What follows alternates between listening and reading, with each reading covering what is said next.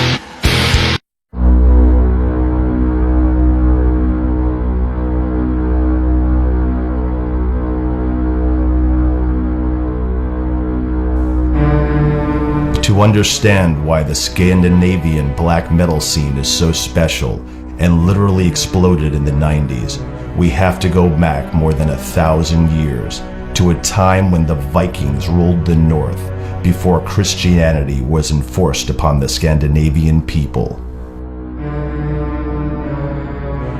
I think it's really important to remember the evil and brutality that the Christians actually, the way they did here in Scandinavia. Especially in Norway, they slaughtered thousands of people and oppressed them and stole their children. They converted the Vikings to the religion Christianity. They came up here and forced us to believe in that shit. And they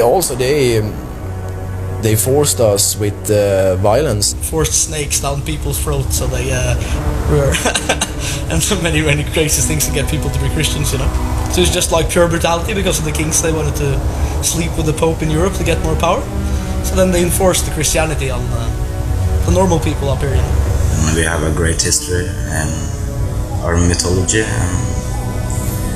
but we are not Christians from the start. And Thor and Odin is great gods, and it's much great in the history if you read about it. It's very black metal. They were more personal in the way that they had contact when it comes to to put it into black metal. It has something to do with the nature, your blood, the feeling around you. I think especially in Scandinavia, especially in Norway, because it's really, you have the dark, it's forest, it's water, it's hard, you know, and you get you really feel it in your body when you're in contact with it if you do it the right way. You have to put your hands in the ground and feel the nature where you come from. And then when you read Northern mythology, you really god damn, you know, those people, they weren't so bad. They had a really good idea about what respect is, honor, especially self-respect. Everybody think they were just running around killing and raping and being fucking idiots all the time, but they did that when it was necessary. Of course, they pillaged some monks and blah blah blah and stuff like that. But they when it came to like the normal people, they were like, if you respect me, I will respect you. If you don't respect me, I don't respect you. Of what life is. But to explain it is like, it's massive, you know, and it takes really long time. But that's why I think it has something to do with, especially for me personally in black metal. It's they're so more personal gods. And of course you don't believe in them in the sense, but you believe in the spirit of them, you know, like the heritage of them. I don't walk around and believe anything because I'm atheist to the bone. But I see things sometimes that I like, and it gives me a good vibe, you know, vibration and feeling. The Vikings were seafaring traders, warriors, and pirates who raided and colonized wide areas of Europe from the 9th to the 11th century. They were known for being brutal on their crusades. The Viking mythology was based on their own beliefs, their own gods like Thor, the god of thunder, and Odin, the warrior god.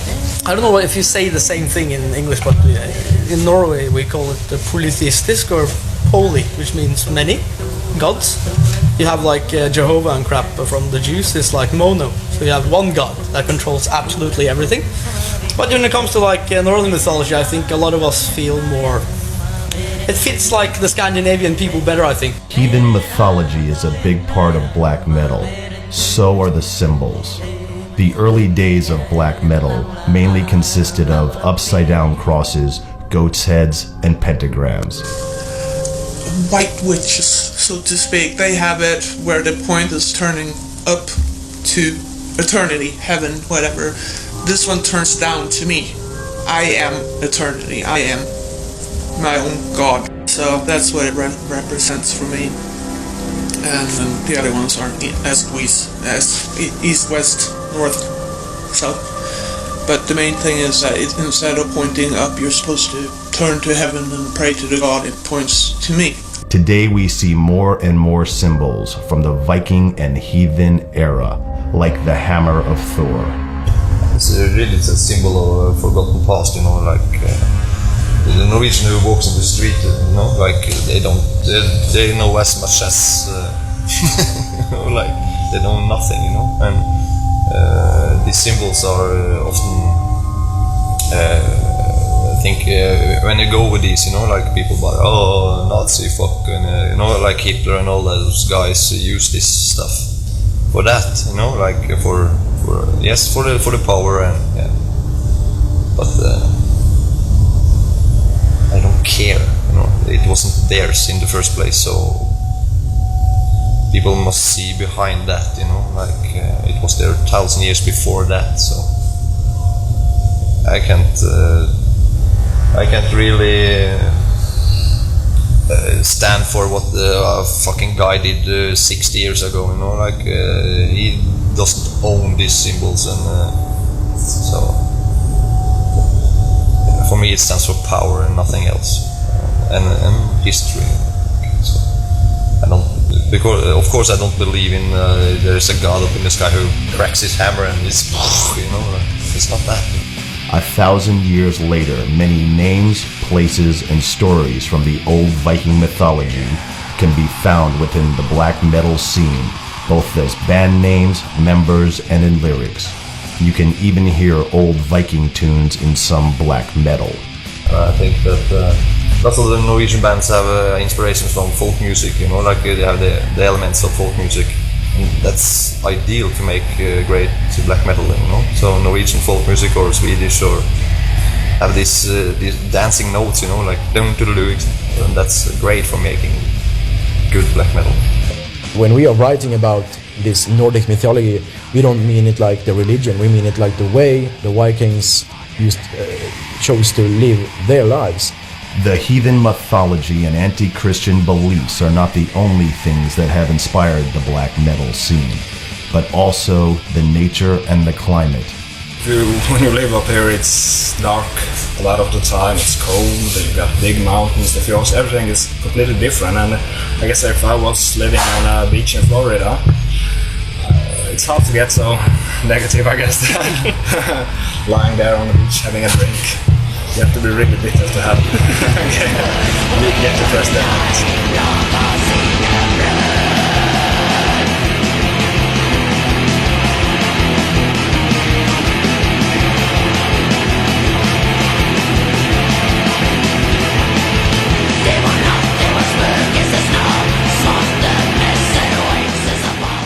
It influences you.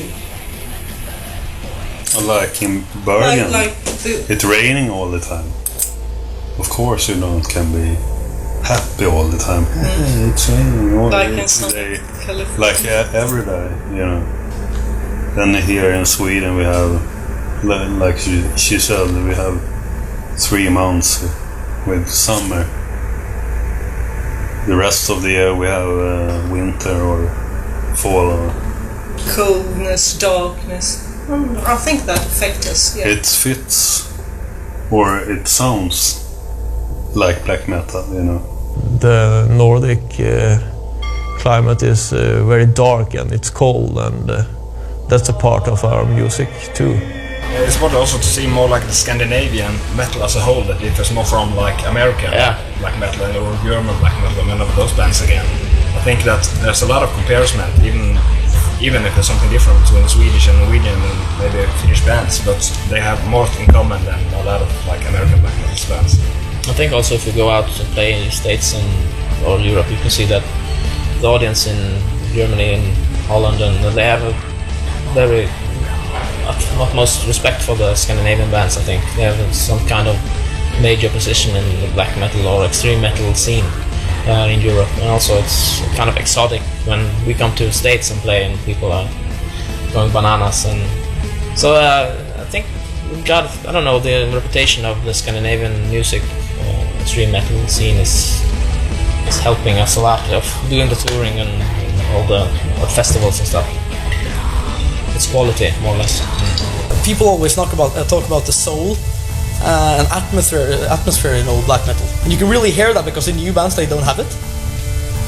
You really like when you listen to like A Blaze in the Northern Sky or Dark Medieval Times, or maybe even like Battles in the North with Immortal, though it's really more rock and roll type of black metal, I think. But you feel like, or definitely Emperor, in the Nightside Eclipse, you get like, it's almost like you are like in this at night, like in the woods, and like really getting the feeling of nature. It's like something really primitive about that.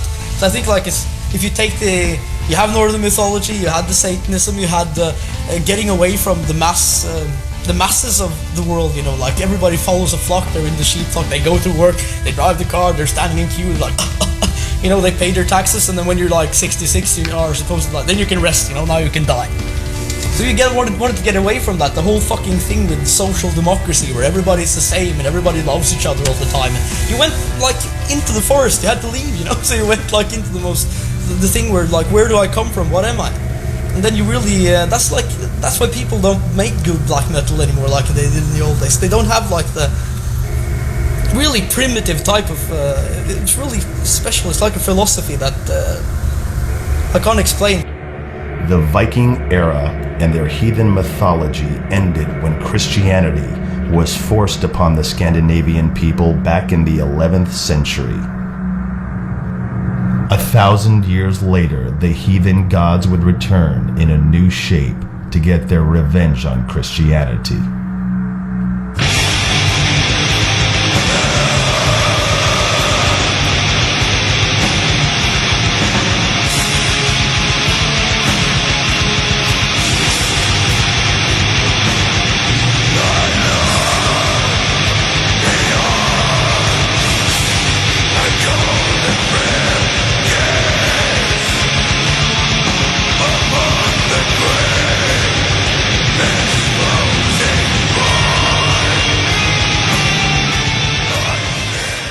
Bathory, of course, is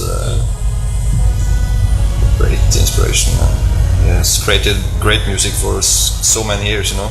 So he is absolutely one of my inspirations. So. Of course, it's in Sweden now, the black metal. Bathory, you know, is like probably one of the best black metal bands.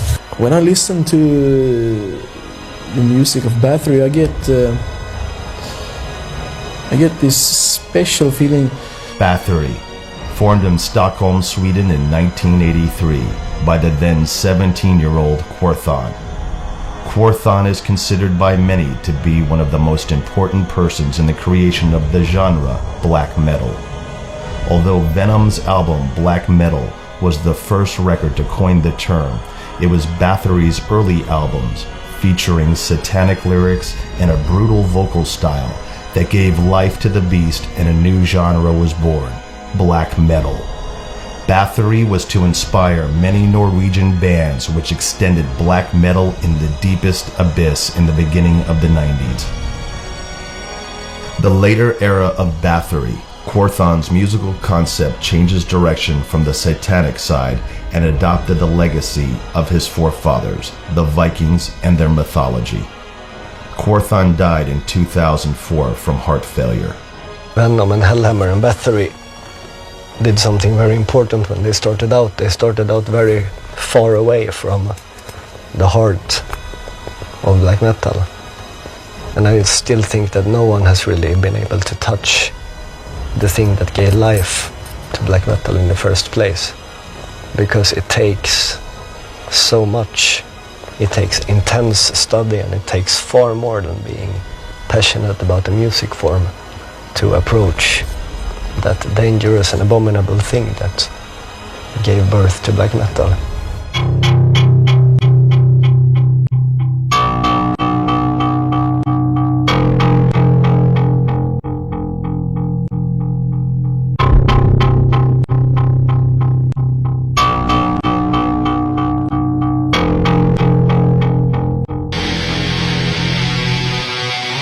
But when black metal really started to take the course towards its darkest side was when Swedish guy Purring Olin, alias Dead, joined Mayhem in 1988.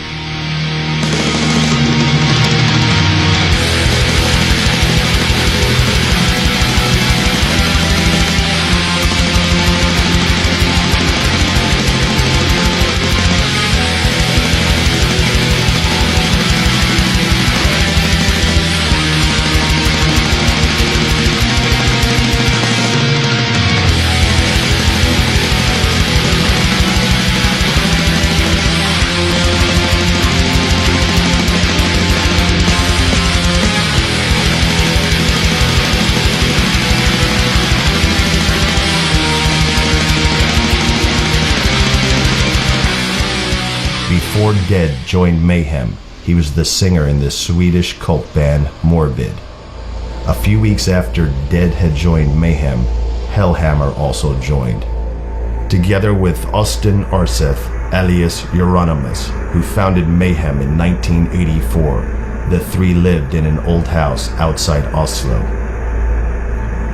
It soon became clear that Dead had some strange behaviors.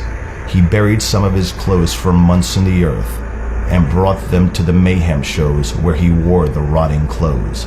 During one tour with Mayhem, he found a dead raven, which he collected and stored in a plastic bag. He would often smell the bag before he went on stage, saying he needed to inhale the smell of death.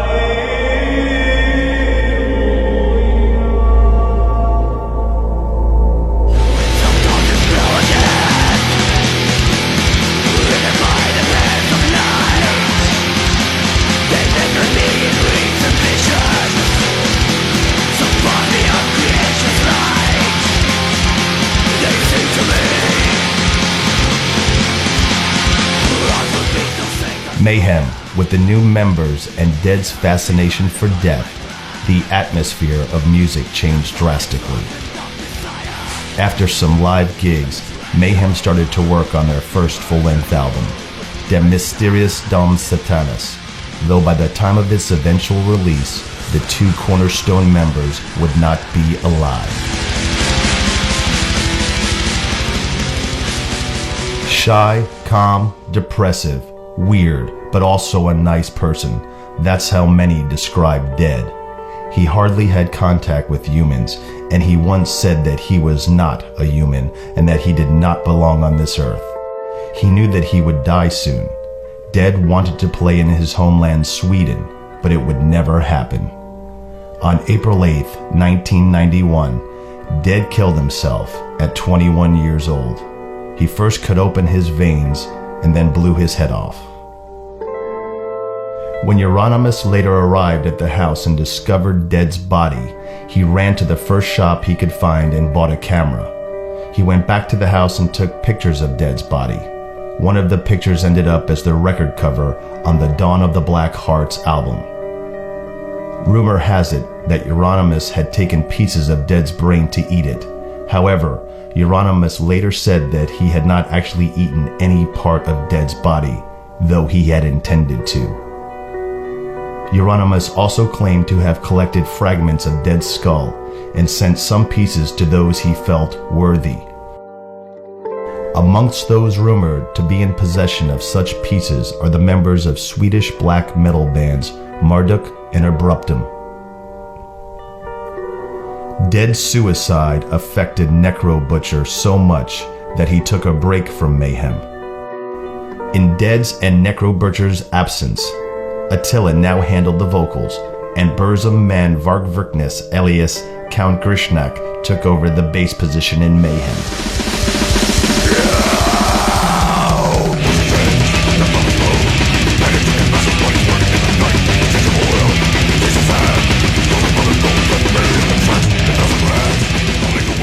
Varg Vikernes started the band Burzum in 1991. Burzum was mainly a one-man project and has played a key role in musical development of black metal. But Vikernes was soon to become notorious for other acts within the black metal scene. He was one of the first to take the ideologies of black metal from words into action and to declare war against Christianity. 1992.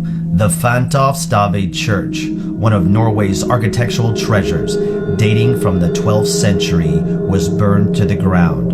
And throughout the years, more than 80 churches in Scandinavia have ended up in ashes. Vikernes was found guilty of several of these cases, and many more were directly connected to the black metal scene. Vikernes has stated that he was motivated by pagan ideology when performing these acts. Another reason for burning churches was to push back Christianity. Varg once said that his next album release would come with a lighter to inspire church burnings. I don't know what fucking happened, you know, it just exploded. If it wasn't for the church burnings and that stuff, black metal wouldn't be so big either, so... They can do whatever they want. I don't give a fuck if they burn down this fucking church. Is that it's an uproar against Christianity in Norway, and Norway was forced to become a Christian country 1,000 years ago, and this was a statement that they wanted to take Norway back and get rid of Christianity. I guess that's their statement they've seen the most, but it would be wrong for me to tell what was their intention anyway. I completely respect what these people did, definitely, as acts of their own will, but to speak of church burning as a way to defeat Christianity, I mean, the only Christianity they defeated was the last piece of Christianity within themselves. No, which is a very good beginning, of course, but it was acts that were important mostly for the people that did it, and it may have served as inspirations for others, but it doesn't reach further than that. I mean, you cannot say that the war against Christianity was started by burning down a church. We are not really Satanists. We just hate religion in all forms. That's why we did it. It was not really a big deal. We just took some gas, walked over to the church, and yeah, then we broke in the church, just kicked in the door, then we poured like gas, petrol, all over the place. And then we just took up a lighter and put fire on the gas, petrol and everything, and got out from the church. We ran up to the forest and watched the church burn down to the ground. Then the police and the firemen came after about 15 minutes, but then it was too late. The church has already burned down to the ground. There's nothing left, just ashes. Yeah, that's about it. No big deal. It's like pretty cool actually. And I promise you will see more anti-Christian activities in the near future.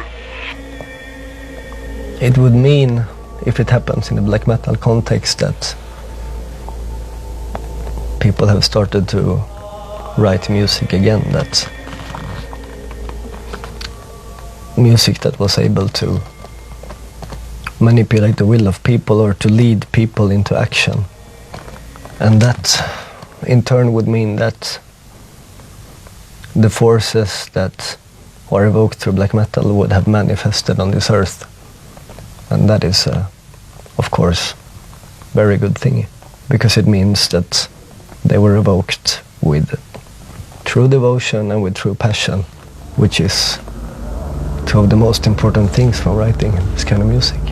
Grave desecration was the next morbid act in the sign of black metal. On one occasion, one member from a Swedish black metal band was sent to jail for desecration of more than 200 graves. For a couple of years in the mid-90s, grave desecration happened in several places in Scandinavia. The Norwegian black metal band, Satanica, drew the media's full attention after a former member broke into a chapel and opened up coffins. But it was not a Satanist act, you know, like the other guys who went in the chapel with him, it was rap, hip-hop heads, you know, like, so it was just a freaky thing. They cut off the head of a dead man and brought the head to a party. It was a bet, I think. It was challenged, like adhere, you know, like you don't dare to do this. And he just, yes, I do. Yeah, we just like pulled up the cross from the ground and just thrown it away. And after that we just went wild on the cemetery and kicked down the headstones and stuff like that. Threw stones at windows in the church. And I think it was also pretty good act.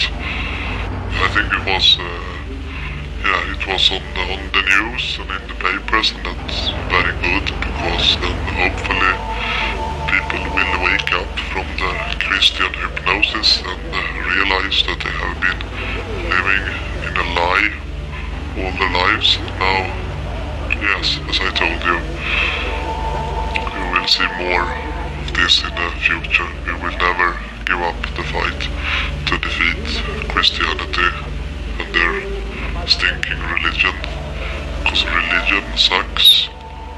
Religion only creates war. Just look at all the countries in the Middle East and stuff like that. They're killing each other because of religion. That's, we think, bad. That's why it has to be defeated all over our planet.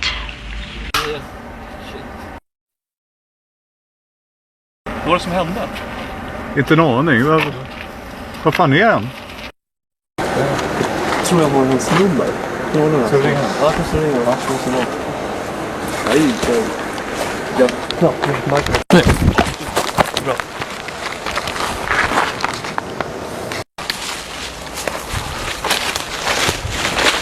Olle? Ja. Vad är det där det? Vad är det som händer? Vi har ingen aning. Vad försvinner? Det är helt sjukt. Vad fan tog du vägen? Jag vet inte vad som händer. Det small till. Jag hade 2 smällar. Sen var snurren borta. Vad är det? För du gick ju där. Och sen var du bara helt... Jag vet inte vad som hände. Det slocknade bara. Det blev svart. Ja. Det är riktigt läskigt nu. Ja. Jag vill dra. Ja, skojar, vi skiter i det här. Ja, vi skiter i det här. Helt klart. Jag kör inte rygg på det här.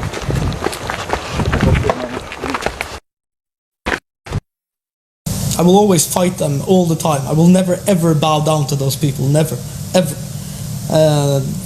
They're like the biggest destructive force that has ever been in the world. When I see them, they scare the living shit out of me sometimes. You know, when you see like those, when they have their meetings, you know, they speak in tongues, as they say. They're fucking crazy, you know, like they cut off the genitalia of the children in many parts of the Islam world.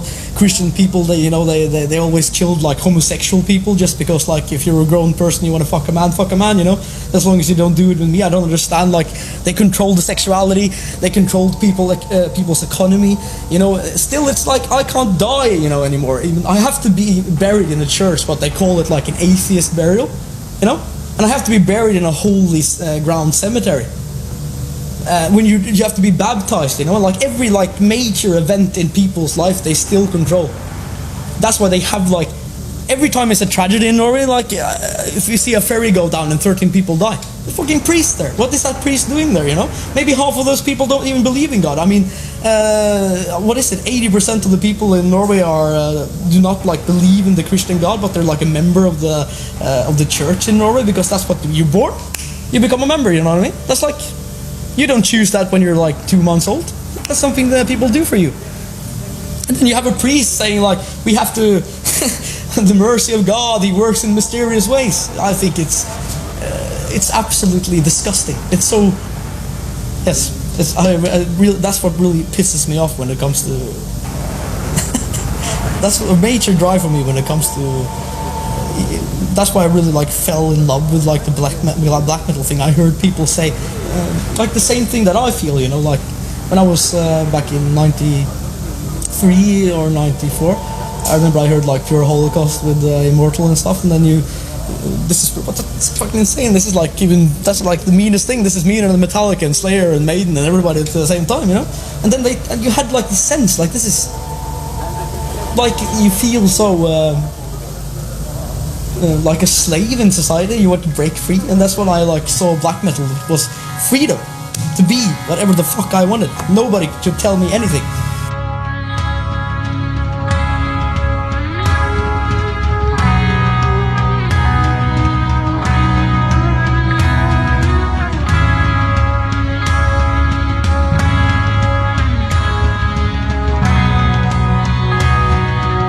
Religion to me is a very negative word.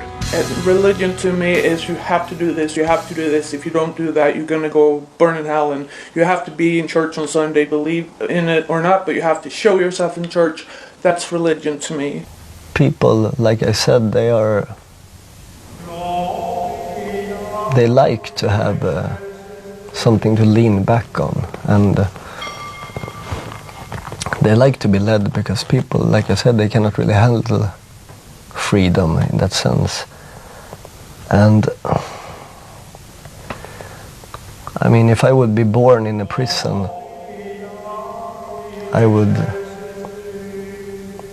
if I would be born in a prison pretty much unaware of what freedom was like, then I would not consider my prison guards as enemies. I would see them as the people who showed me what to do, and the people that were actually in charge, and I would probably pay respect to them. Yeah. And that, I think, is exactly what people do when they pray to their gods, and when they build their churches, they do it in honor of their people who are guarding their prison, and to the people that give them food, and the people that put up the rules that they are supposed to live by. And it's a comfortable life for them. You know? And it's easy to have someone it's nice to have someone to blame when something goes wrong. Christian people are like, they are the bad people, not Satanists, because they sit there and they can be so mean, and they can kill in the name of the Lord. But if you do it in the name of God, it's okay. Right? I do not go out and kill people in the name of Satan, because it's not right to kill people. You don't do that. But if it's in the name of God, sure, go ahead. God will protect us because we're doing it in His name.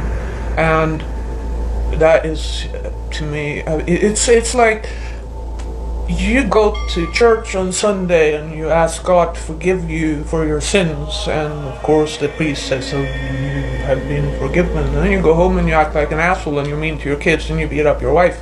Doesn't matter, because Sunday coming, and next Sunday you go to church and you ask God to forgive your sins, and please forgive me for beating up my wife and hitting my kids, and God forgives you, and then you go home and for next week you're an asshole again. To be a Satanist means to live in constant opposition and to live my life as a wolf rather than as a sheep. To constantly be hungry instead of being satisfied after just one single bite. To always be on the hunt and to always aim to transcend the barriers that are in front of you, the barriers that human life presents, I mean, at all times, because the human nature is built in such a way that people aren't really they're not really capable of handling true freedom. And if you look at a lot of the bad stuff that happens in the world, why does it happen? Because of religions. These people are Muslims and these people are something else, so they go out and kill each other because both of them think each one is right. All religion is shit. It's bullshit. I get so fucking pissed off. Because they all follow a fucking book with rules. And I think one thing that really pisses me off is when people are killing in the religion, in the name of religion, and they are blaming it on fucking holy war. We can kill him, we can rape her, we can do whatever we want. I hate it so much that I can't explain it in words. I can't. I do not support religion. I will never be supporting religion. It echoes in the wind of days. The wind is a breeze for fires and snow. Who to die? It is mighty burden.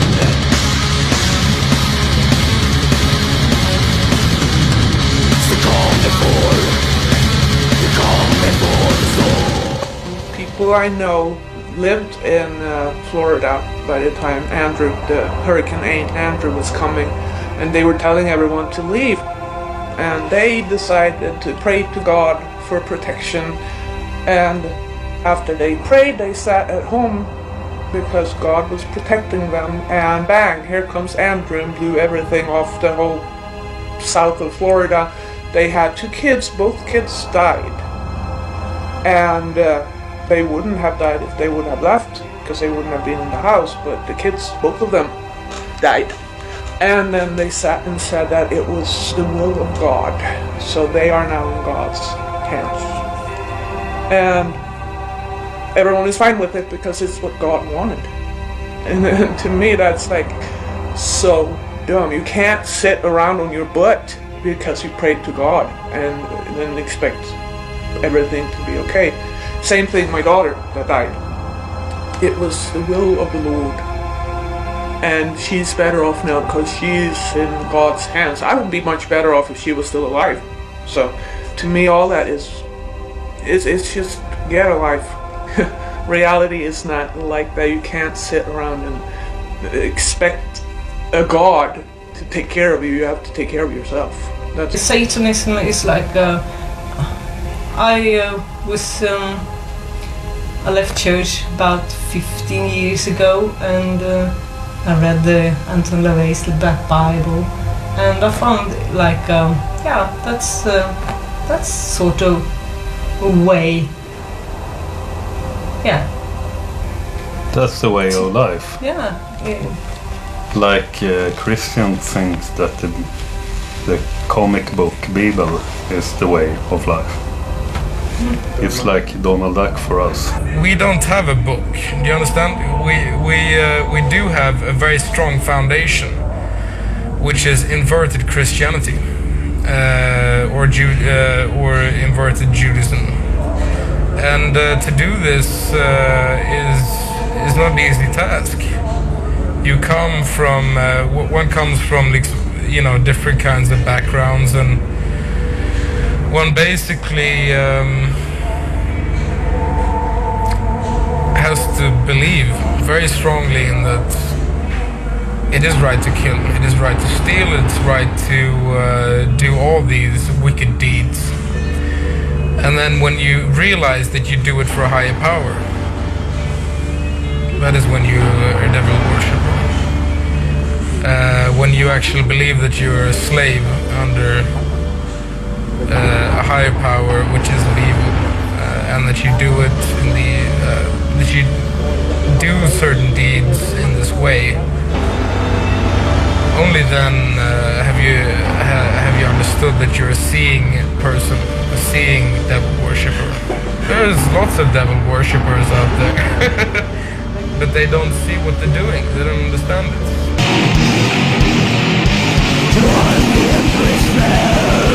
Renovation in the branding breath, roasting bread.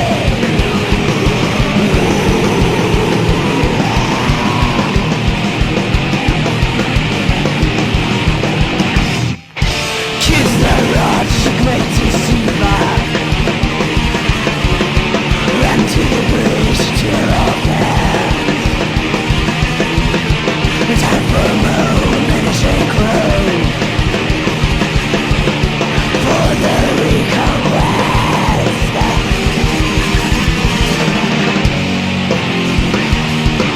While the daylight's night is waiting,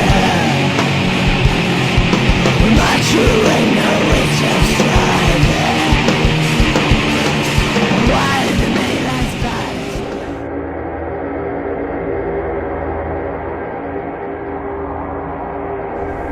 In August 1992, Faust, the drummer of black metal band Emperor, was just walking around in the forest in Lillehammer, Norway, when a totally unknown man came up to him and proposed that they should go further into the forest and have sex.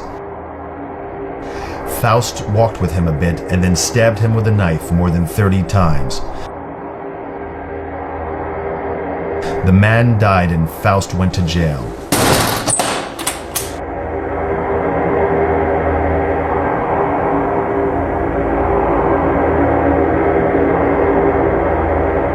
Another member from Emperor, guitarist Samuth, went to jail for church burning. A while later, another member served time in prison for grave desecration.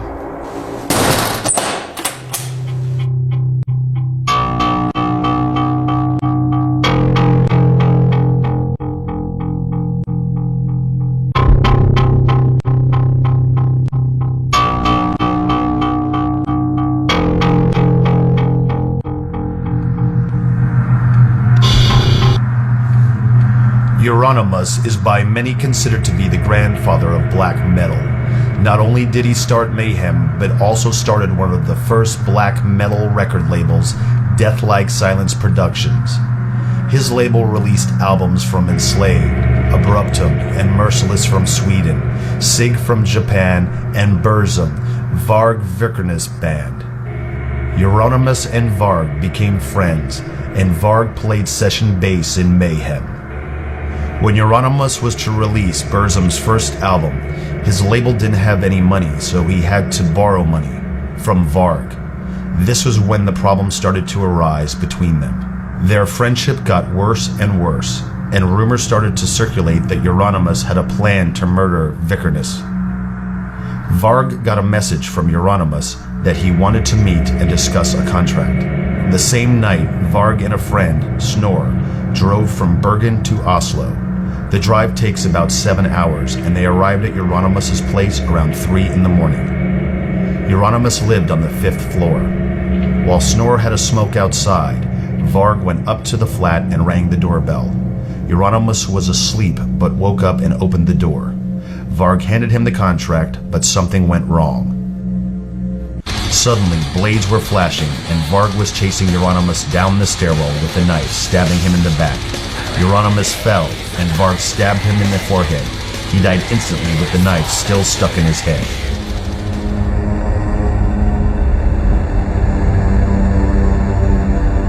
Varg almost got away with the murder, but was later arrested for manslaughter and church burning. He is currently serving a 21-year sentence at a maximum security prison in Tromsø, Norway.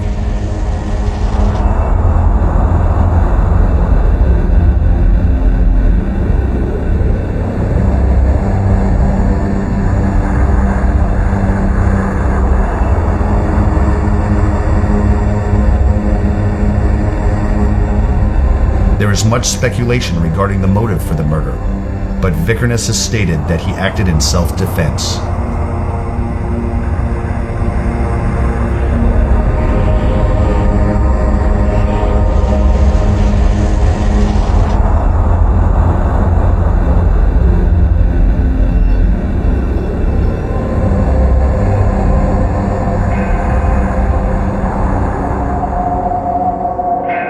Black metal was now taken in a different direction.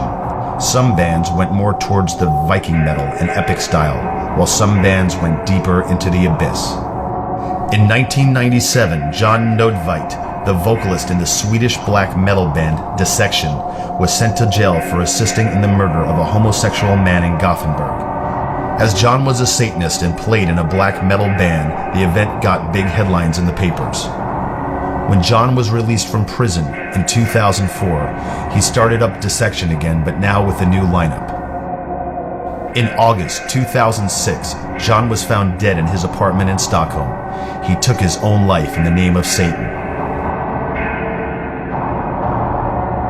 Another notorious Swedish Satanist in the black metal scene is called It, because he is too evil to have a human name. It played in the band Abruptum, who got a record deal with Euronymous' label, Deathlike Silent Productions, back in the mid-90s. It was one of the leaders within what was called the Satanic Black Circle, part of the Swedish black metal scene.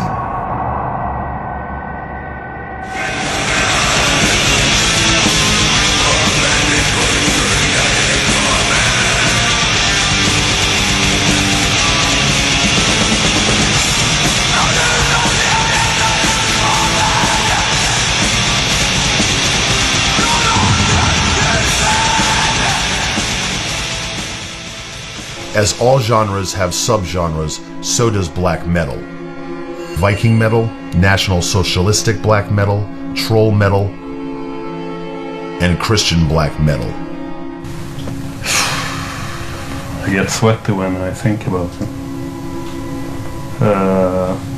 I don't understand it. It's... No.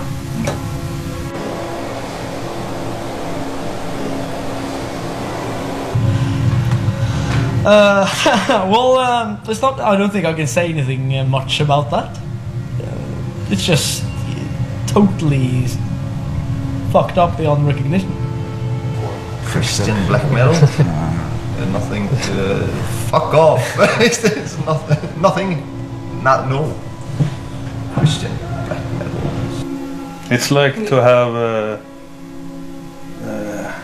Pol Pot like Santa Claus. It's I don't know what they think about. Do you want Pol Pot like Santa Claus to use shit? When I heard this word for the first time, Christian black metal, I was speechless. I was thinking, okay, are they evil Christians, or are they like Christians who want to be evil, or is it... What is this? It's just... yeah.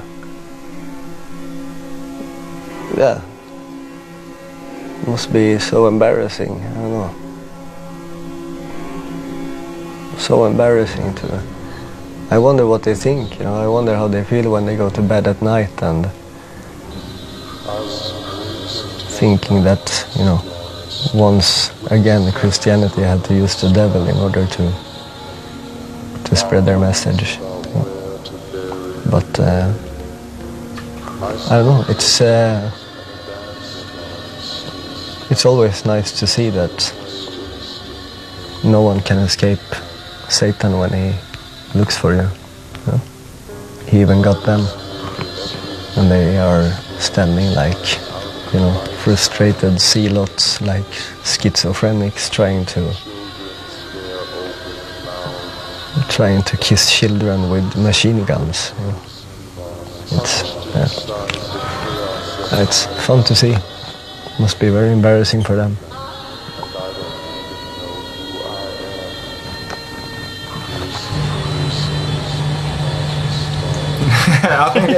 I think it pretty much sums it up at all. I don't understand it at all. Well, as I said, I don't understand the meaning of it, why they do it. But it's the same thing as if you're in Israel and you walk around like in Waffen uniform, SS uniform, you know, it's like people would put you in a psychiatric ward, and that's probably like the same opinion I have about Christians playing black metal. But I think it's a really like smart move too to do it, maybe, because isn't that really smart to like, if we had something that has declared like war on what you believe in, and you take like the essence of what we have and you use it in your own ideology to make like to maybe chop a little bit off our legs, you know what I mean? It's a really smart move. But I don't think they have like a future in that sense. But of course, then they go down to the music again. Of course, Christian people, they probably metal fans too, so maybe they like the genre and want to play it. But they could play death metal and maybe other stuff. I don't understand if they play death metal either, maybe, but because I guess 99% of the bands there probably have the same opinions as we do in black metal. But I think it's really pathetic, and it's probably more laughable. The first time I heard it, I was like, what the fuck? You know, I got like more of that attitude, but now it's like, okay, good for you, you know? There's something wrong with you. As I said, like a Jewish guy walking like, you know what I mean? It's like just the same. It's really insane. And it maybe makes you really a pathetic person, maybe, if you do it that way. But it's a good tactical move too, I think, if I like think a little bit about it. At the bottom of the black metal genre list, there is an undefined genre. Maybe the darkest genre within black metal.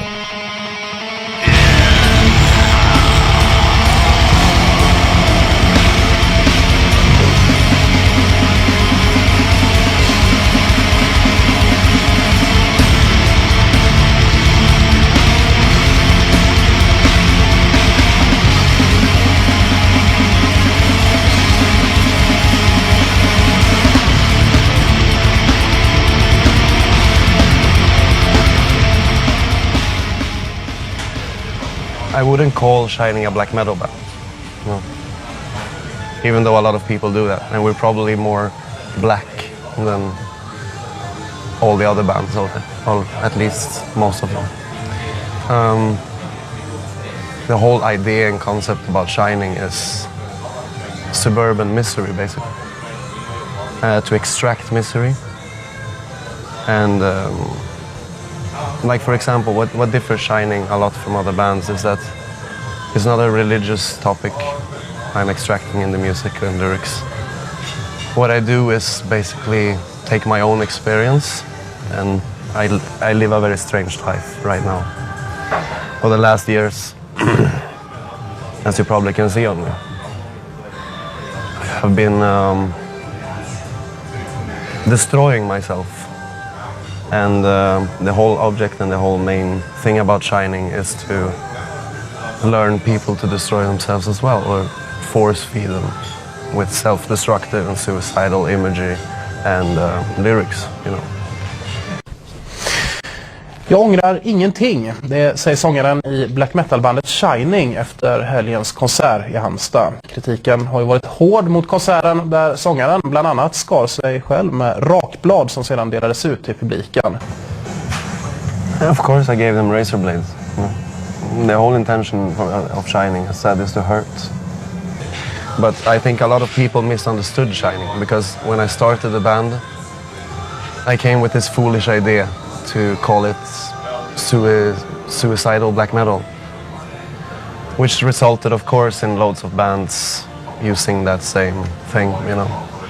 The problem is that they completely misinterpreted the vision, you know, because it's not about expressing anxiety or, like, you know, trying to use the music as some kind of therapy bullshit. And it's not about teenage angst or stuff like that. It's about force-feeding people with it. The Shining's aim is to hurt, you know. And that is what loads of these people have misunderstood. And that sucks, in a way. I think it's good that they follow in our footsteps, but it's really bad that they are, you know, misinterpreting it. Because there's so much potential out there. And I would rather see Shining giving birth to bands who want to give birth to future psychopaths, you know? A future breed of people who believe in the destruction of man. People are not really ready for a satanic prophecy when they haven't even begun to realize that how the world is built, you know. What we present with Watain is a symbol of our beliefs and reality as we see it.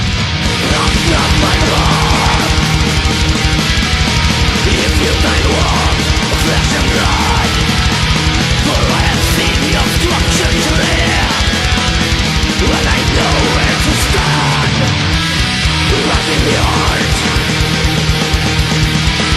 There shall place my dagger, not surveil my sight, of the thickness of the mysteries.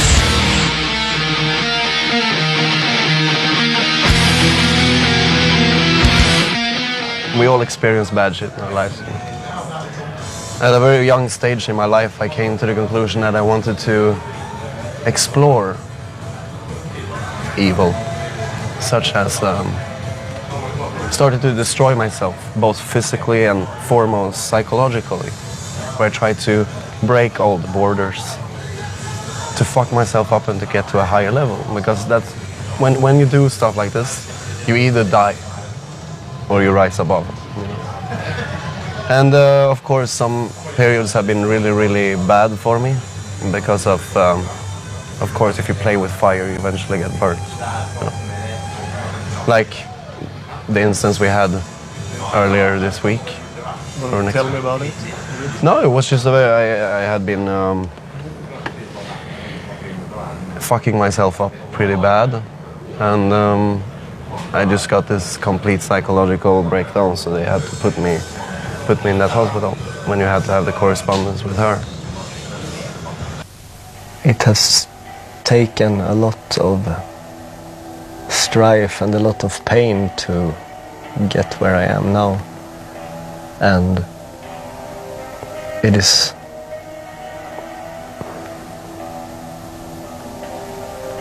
simply a bit too hard and a bit too time craving and a bit too tough to even start to think, because it is, I know, very comfortable to just let life rule you instead of the other way around.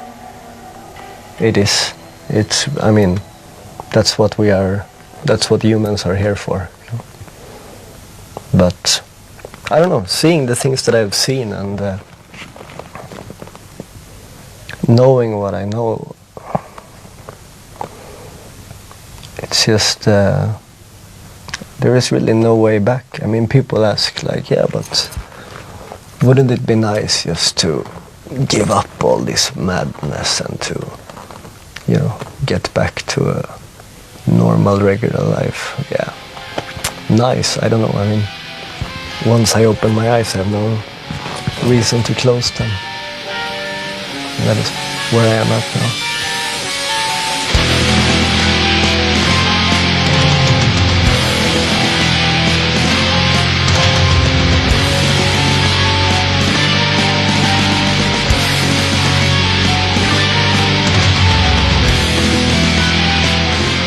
I left the band. You know, when you get into a situation when your life really gets bad, and when everything is so fucking pitch black that, you know, you can't see a continuation of anything except that it's just going downwards. You don't really care about the others around you, you know. So I just left to Norway,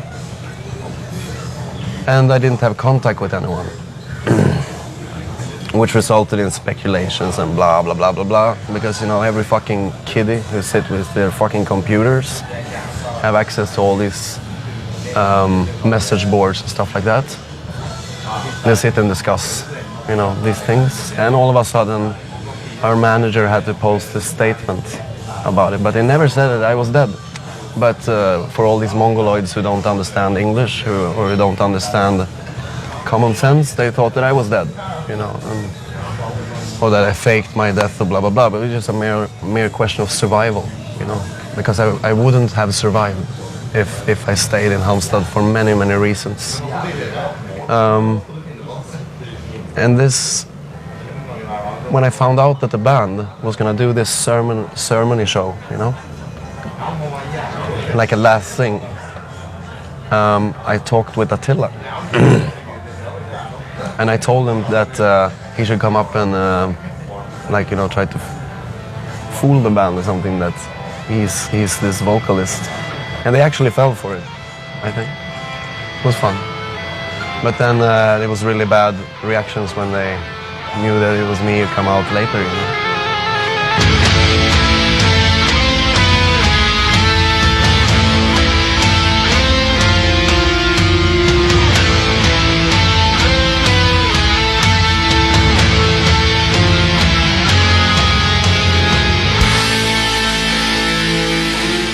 Speaking about Watain in such a, I don't know, open way is dangerous. I mean, it means it has come to mean everything for me in the end, actually. Everything for me and the other people involved. Because I think we chose at a pretty early stage to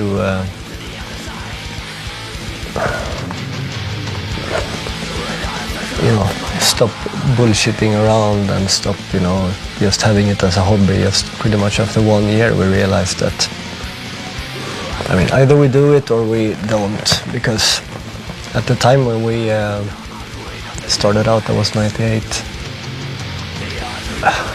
everything was really, I mean, there weren't really any bands anymore that seemed to take things that seriously, and there weren't that many bands that actually consisted of, you know, people that did so much more than just play the music that they liked and the same kind of music that their idols played.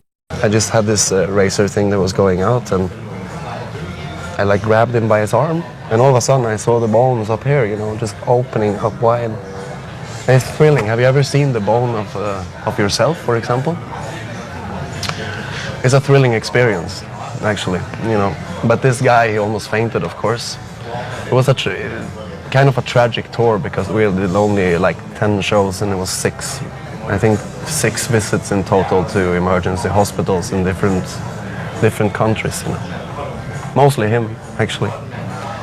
Because one time also we played in Germany, I cut his leg open and I tried to get the flesh out to feed a whore that was standing and looking at him.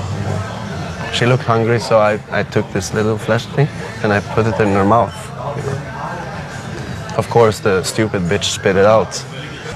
I think I met like 3 or 4 women during my entire life that has actually been worth talking to. The rest should just be killed. We all play with darkness in some way, of course, but I don't know, the level it has come to now is so intense that I'm not really certain if I will manage too long of it, actually. But I try to balance it, you know, because this world can't lose me. I'm the best thing that ever happened to this world, you know. I'm here and people get hurt. And it's wonderful.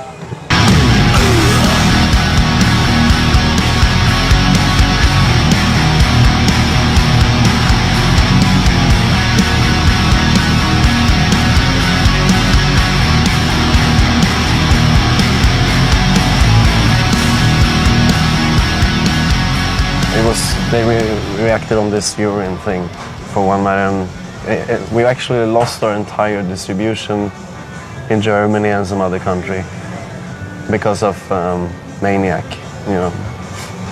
Thank you. We can't sell our records over there because of that, which is really stupid, you know, because what happened there was that he carved a swastika in his forehead, you know. Okay, that's probably not the wisest decision, you know. And it's probably not. No, it was just heat of the moment, you know. Things happen. It was just his way of having fun, you know. And he came out on stage and beat me up and made this song with me. And the media reacted upon the fact that he had this swastika, you know. And they also asked me, the German media, like this Rock Hard and all these other faggots, just went up to me and just like, fuck, you know. Are you a Nazi band? And I'm just like, man, doesn't matter if you're black or white or green or whatever, you know. You're all equally worthless, you know. The discrimination, you know, it's stupid, you know. If I have a death wish, death is breathing down my neck every passing second, you know. But I'm a friend of him. I do his deeds. So I don't think he will cut me off in the first, you know. I hate life and I hate living. I truly, truly hate life in all its fucking perverse forms. Animals, nature, everything that grows must be put to death, you know. But that's just fantasies, you know. I think mankind is pretty good at fucking ourselves up in a way, you know. But if I can be there and help pushing it a little bit, it's good. I can tell you this, that if this whore of a world would last even 10 more years, you'll find something heavier than Ondskapt. I can tell you that. Something more advanced, something more devilish, I hope. Something more extreme. I don't know if it would be raping babies or if it would be burning priests in local televisions, or I don't know if it would be some kind of genocide which is filmed in for camera. I would really like to see the world wiped out, you know.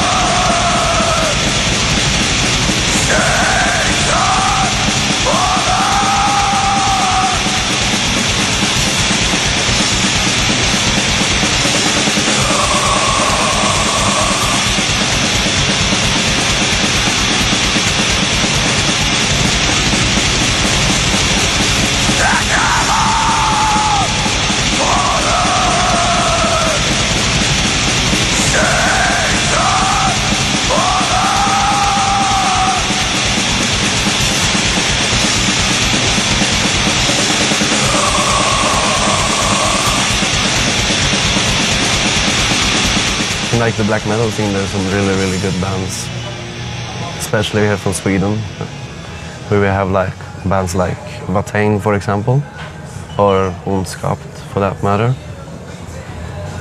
who actually like put this scene or whatever they call it into a new light. It seems like people actually get afraid again, you know, in a way. And I think a lot of that has to do with Watain. I saw them live actually, and I hadn't met Eric in years, but I just saw them when they played here in Norway, and I was amazed by the darkness they actually provoke on stage. Like Watain is for real, you know. They often refer to us as a band that do things, you know, to the extreme and over the top. And I don't know, to me that's really the only way to do this kind of thing, because there is no halfway of doing this. Either you do it or you don't.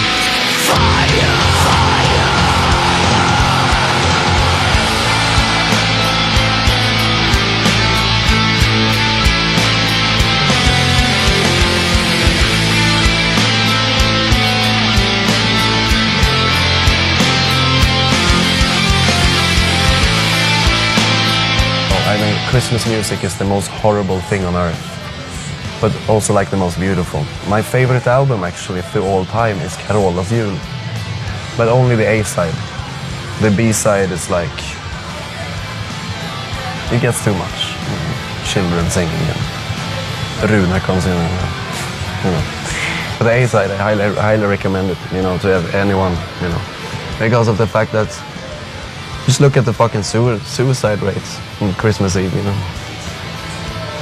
So maybe we'll do a Christmas album one day. Would that be odd? Then it takes far more than being passionate about a music form to approach that dangerous and abominable thing that gave birth to black metal. And that is the only relevant evolution of black metal as I see it. Bands that, instead of copying what others did before, try instead to dissect it and to understand it in order to bring it even further down. And that is just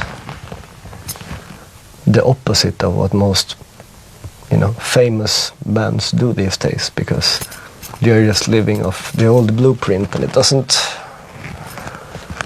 After 20 years of black metal on this earth, it doesn't really work to do that anymore. You need to take things a step further, and that is what we are doing. Because there's something really wicked going on, which I think many of the Swedish people are responsible for, and thank God for that. Black metal has inside of it an incredible potential. It's a primal magical force to me that it was evoked by these early bands and brought into the world. And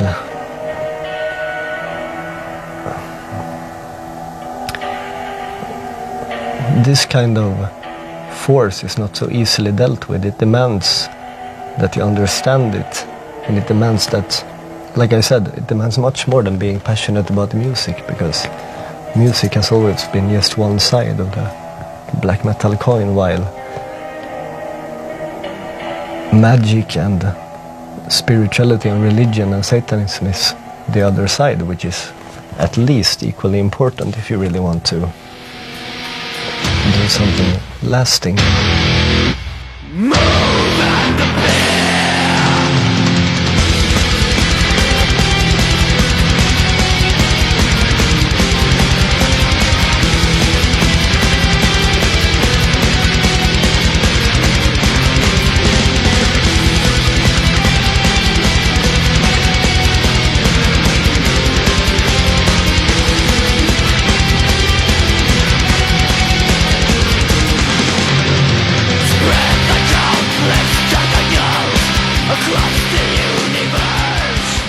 But you're going to a peak, and especially, I always say to people, use a condom, definitely. Stop having so many children. We have to really stop this, because when it comes to 12 to 13 billion people living on this planet, you're not going to have anything but people.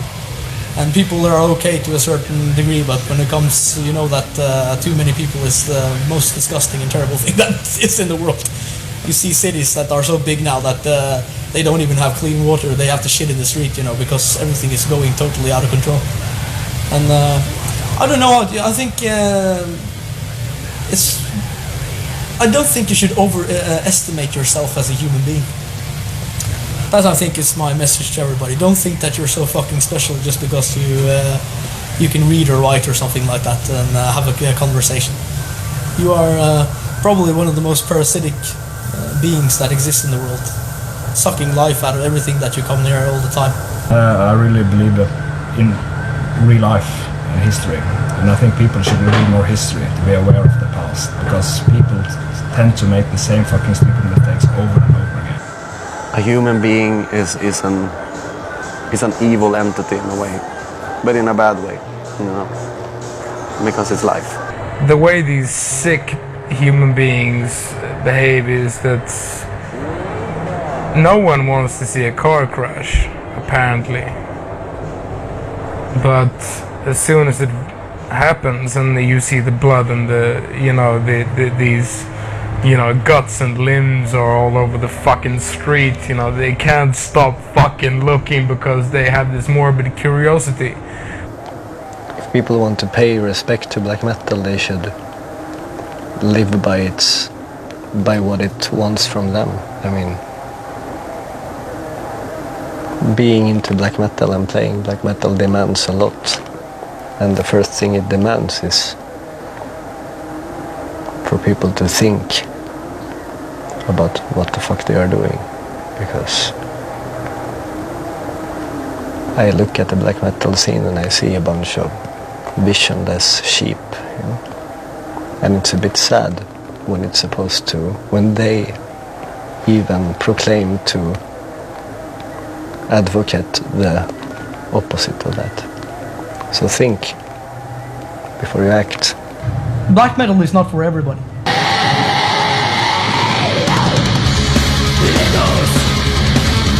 echoes in the wind of days. The wind disagrees. For fires are slow. Who to die in this mighty burden?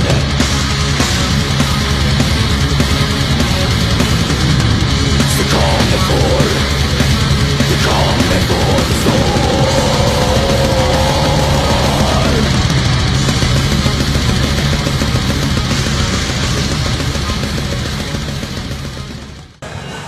Do you have a death wish yourself?